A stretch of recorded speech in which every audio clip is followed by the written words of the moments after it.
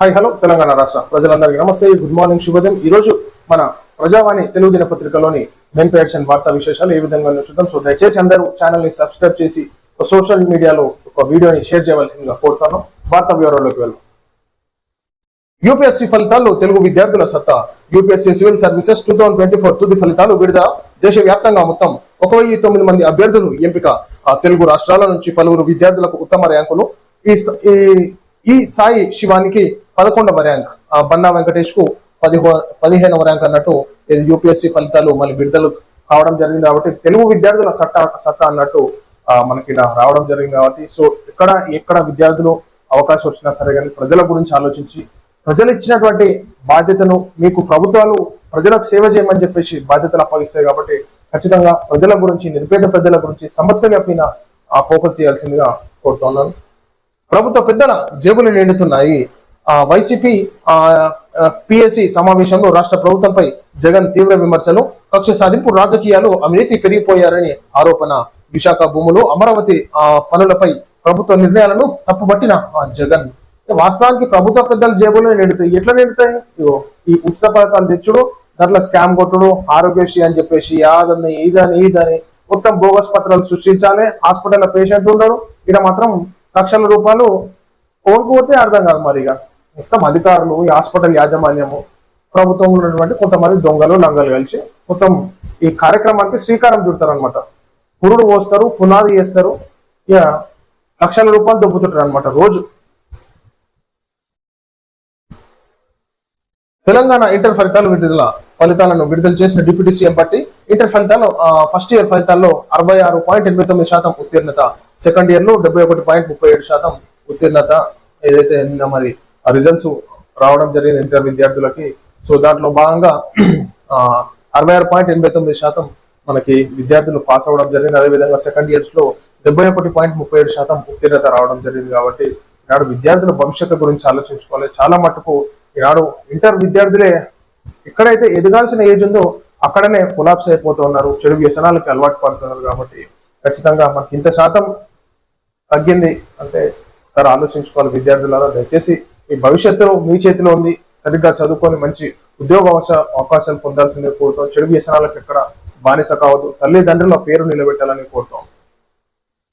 Intelligence మాజీ chief PSR Anjaneyulu arrest. Andhra Pradesh రాష్ట్ర intelligence మాజీ చీఫ్ ఐఏఎస్ అధికారి పిఎస్ఆర్ ఆంజనేయులు అరెస్ట్ అయ్యారు. విజయవాడ పోలీసులు ఆయనను హైదరాబాద్ లో అదుపులోకి తీసుకున్నారు. ముంబై నటి మోడల్ కాదంబరి తేజస్వి కేసులో పోలీసులు ఆయనను అరెస్టు చేసినట్లు తెలిపారు.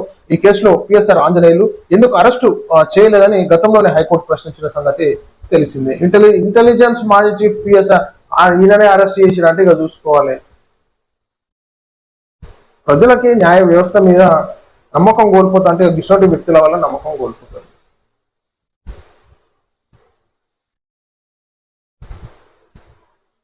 సౌదీ పర్యటనకు భారత ప్రధాని మోడీ జెట్ ఫైటర్లతో స్వాగతించిన సౌదీ. ప్రధాని నరేంద్ర మోడీ మంగళవారం సౌదీ అరేబియా పర్యటనకు వెళ్లారు. ఈ సందర్భంగా అరుదైన సందర్భం చోటు చేసుకుంది. ఎన్నడూ లేని విధంగా ఆ దేశం మోడీని ప్రత్యేకంగా స్వాగతించింది. మోడీ ప్రయాణిస్తున్న విమానం సౌదీ అరేబియా గగనతలంలోకి ప్రవేశించగానే రాయల్ సౌదీ ఎయిర్ ఫోర్స్ కు చెందిన F-15 విమానాలు దానిని అనుసరించి సగౌరవంగా స్వాగతించాయన్నట్టు మనం చూసుకోవచ్చు. అయితే జెట్ ఫైటర్లతోని స్వాగతం పలికినారు మన సౌదీ అరేబియా వారు. కాబట్టి ఈనాడు మనం చూసుకోవాలి, మన భారతదేశ రాష్ట్ర ప్రధాని నరేంద్ర మోడీ గారికి ప్రతి దేశంలో శత్రు దేశంలో కాకుండా శత్రువులకు కూడా ఉంటది. అరే ఇన్ని దేశాలతోని మన నరేంద్ర మోడీ గారు మమేకమవుతున్నారు, మంచి స్నేహభావం తిరుగుతున్నారు అని చెప్పేసి. కానీ ఈనాడు ప్రపంచ దేశాలలో నరేంద్ర మోడీ గారికి మంచి పేరు స్థానం సంపాదించుకోవడం జరిగింది. జమ్మూ కాశ్మీర్ లో పర్యాటకులపై ఉగ్రదాడి. పహల్గామ్ లోని బైసారన్ వ్యాలీ ఎగువ ప్రాంతంలో ఘటన, 20 మందికి పైగా మృతి. జమ్మూ కాశ్మీర్ లో దాడికి పాల్పడింది మేమే. టిఆర్ఎఫ్ లష్కర్-ఇ తోయిబా సంస్థ అనుబంధంగా పనిచేస్తున్న టిఆర్ఎఫ్ ఉగ్రవాదులను వదిలే ప్రసక్తే లేదు. హోంమంత్రి అమిత్ షాకు మోడీ ఫోన్.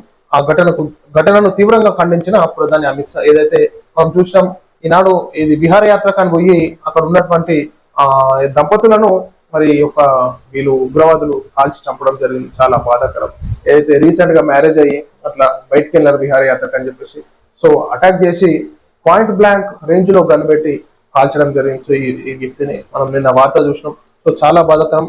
జమ్మూ కాశ్మీర్ లో ప్రముఖ పర్యాటక కేంద్రమైన పహల్గాంలోని పర్యాటకులపై ఉగ్రవాదులు విచక్షణ రహితంగా కాల్పులు చేయబడ్డారు. దక్షిణ కాశ్మీర్లోని అనంతనాగ్ జిల్లా పరిధిలోని బైసారన్ మైదాన ప్రాంతంలో మంగళవారం మధ్యాహ్నం ఈ దారుణ ఘటన చోటు చేసుకుంది. ఈ దాడిలో 20 మందికి పైగా మరణించినట్టు జాతీయ మీడియాలో వార్తలు వస్తున్నాయి. మృతుల్లో విదేశీ పర్యాటకులు కూడా ఉన్నట్టు సమాచారం కాగా ఈ క్రూరమైన దాడికి తామే బాధ్యులమని పాకిస్తాన్ ప్రేరేపిత ఉగ్రవాద సంస్థ ది రెసిస్టెన్స్ ఫ్రంట్ ప్రకటించుకుంది. మన అమాయక ప్రజలను చంపితే ఏమొస్తారని ఆయన